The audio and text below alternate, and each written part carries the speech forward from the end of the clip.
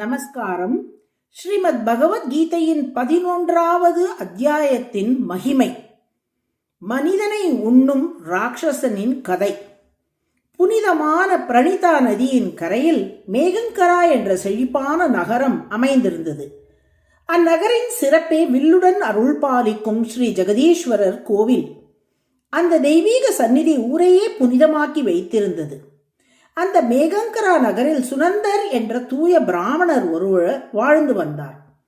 வாழ்நாள் முழுவதும் பிரம்மச்சரியம் விரதம் கடைபிடித்த அவர் தினமும் ஸ்ரீ ஜெகதீஸ்வரர் முன் அமர்ந்து ஸ்ரீமத் பகவத்கீதையின் 11ஆம் அத்தியாயத்தை பாராயணம் செய்து பகவானின் விஸ்வரூப தரிசனத்தில் மனதை ஒன்றடக்கி வைத்திருந்தார். இவ்விதமான இடையறாத பாராயணத்தின் மூலம் அவர் தம் இந்திரியங்களை முழுமையாக கட்டுப்படுத்தி எப்போதும் பகவானின் நினைவிலேயே நிலைத்திருந்தார். ஒரு சமயம் புனித தீர்த்த யாத்திரை செய்யும் விருப்பத்தால் கோதாவரி நதிக்கரையோரம் பயணம் மேற்கொண்டார். வஜ்ர தீர்த்தம் முதலாக பல திவ்ய ஸ்தலங்களை தரிசித்து நீராடி தேவதைகளை வணங்கி வந்த அவர் இறுதியில் விவ்யன் மண்டலா என்ற நகரத்தை அடைந்தார். இரவு நேரம் ஆனதால் அவர் தம் சகாக்களுடன் ஊரின் மையத்தில் இருந்த தர்மசாலையில் தங்கினார். அடுத்த நாள் காலை விழித்த போது தன் சகாக்கள் அனைவரும் மறைந்திருப்பதை சுனந்தர் கண்டார். வெளியே வந்தபோது அந்த நகரத்தின் தலைவர் அவரை அணுகி பாதங்களில் விழுந்து பணிவுடன் கூறினார், மகான், உங்கள் சகாக்கள் எங்கே சென்றார்கள் என்று எனக்கு தெரியாது. ஆனால் உங்களைப் போன்ற தூய பக்தரை நான் இதுவரை கண்டதே இல்லை. தயவு செய்து சில நாட்கள் எங்கள் ஊரில் தங்கி எங்களை ஆசீர்வதிக்க வேண்டும். அவரது பணிவால் மனம் நெகிழ்ந்த சுனந்தர் அதை ஒப்புக்கொண்டார். அந்த தலைவர் சுனந்தருக்கு அனைத்து வசதிகளையும் செய்து பக்தியுடன் சேவை செய்தார். 8 நாட்கள் கடந்த பின் துயரத்தில் மூழ்கிய ஒரு கிராமவாசி வந்து ஊரின் மறைந்திருந்த வேதனையை வெளிப்படுத்தினார். பல ஆண்டுகளாக அந்த நகரத்திற்கு அருகில் ஒரு மனிதனை உண்ணும் ராட்சசன் வசித்து வந்தான். மக்களை காக்கும் பொருட்டு ஊர் தலைவர்கள் அவனுடன் ஒரு உடன்படிக்கை செய்திருந்தனர். அதன்படி ஊர் மக்களை அவன் தொந்தரவு செய்ய மாட்டான். ஆனால் தர்மசாலையில் தங்கும் பயணிகளையே மட்டும் அவன் இரையாக கொள்வான். இந்த உடன்படிக்கை ஊரை காப்பாற்றினாலும் அனைவரின் மனசாட்சியையும் சுமையாக்கி வந்தது.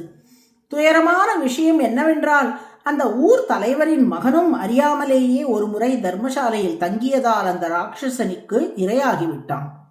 அந்த ராட்சசன் எப்படி உருவானான் என்பதையும் அந்த கிராமவாசி விளக்கினார். பல காலங்களுக்கு முன்பு அந்த பகுதியில் ஒரு விவசாயி தன் வயலை காவல் காத்து கொண்டிருந்தான்.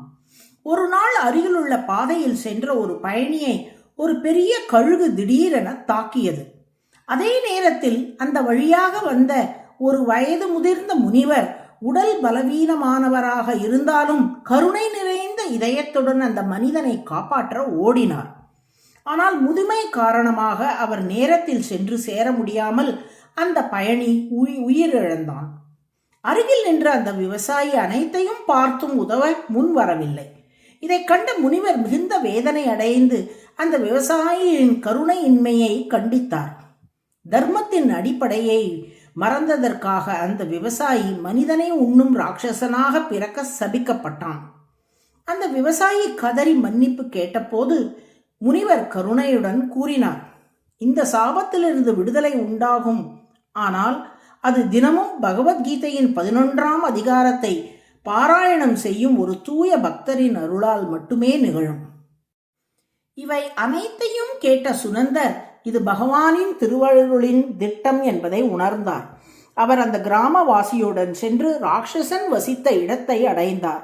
ஆழ்ந்த பக்தியுடன் பகவத்கீதையின் 11ஆம் அதிகாரத்தை பாராயணம் செய்து விஸ்வரூபத்தை தியானித்தபடி புனித நீரை தெளித்தார். உடனே அற்புதம் நிகழ்ந்தது. அந்த ராட்சசன் வடிவம் மறைந்து 4 கரங்களுடன் திருமாலை போல ஒளிரும் தெய்வீக ரூபம் தோன்றியது. அதோடு அவனால் இரையாகிய அனைவரும் அதே போன்ற திவ்ய ரூபம் கொண்டு பிரகாசித்தனர். அச்சமயம் மலர்களால் அலங்கரிக்கப்பட்ட வான விமானம் வந்து அனைவரையும் வைகுண்டத்திற்கு அழைத்து சென்றது. அப்போது கிராமவாசிகள் தலைவரின் மகன் யார் என்று கேட்டனர். அவர் தம்மையே சுட்டி காட்டினார். தந்தை வீட்டிற்கு வருமாறு கேட்டபோது அவர் புன்னகையுடன் கூறினார், பல பிறவிகளில் நாம் தந்தை மகன் உறவில் இருந்தோம்.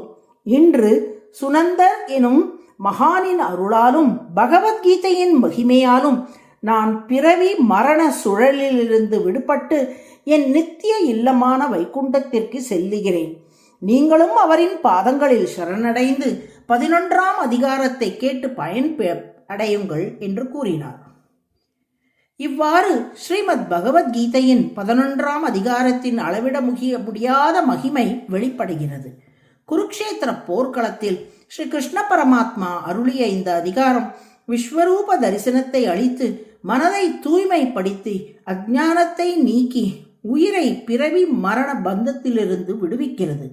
இந்த அதிகாரத்தை கேட்பதும் பாராயணம் செய்வதும் நினைவில் தியானிப்பதும் நிச்சயமாக உயிரை பகவானின் நித்திய திருவடிகளை அடைய செய்து வைகுண்ட பிராப்தியை அளிக்கும்.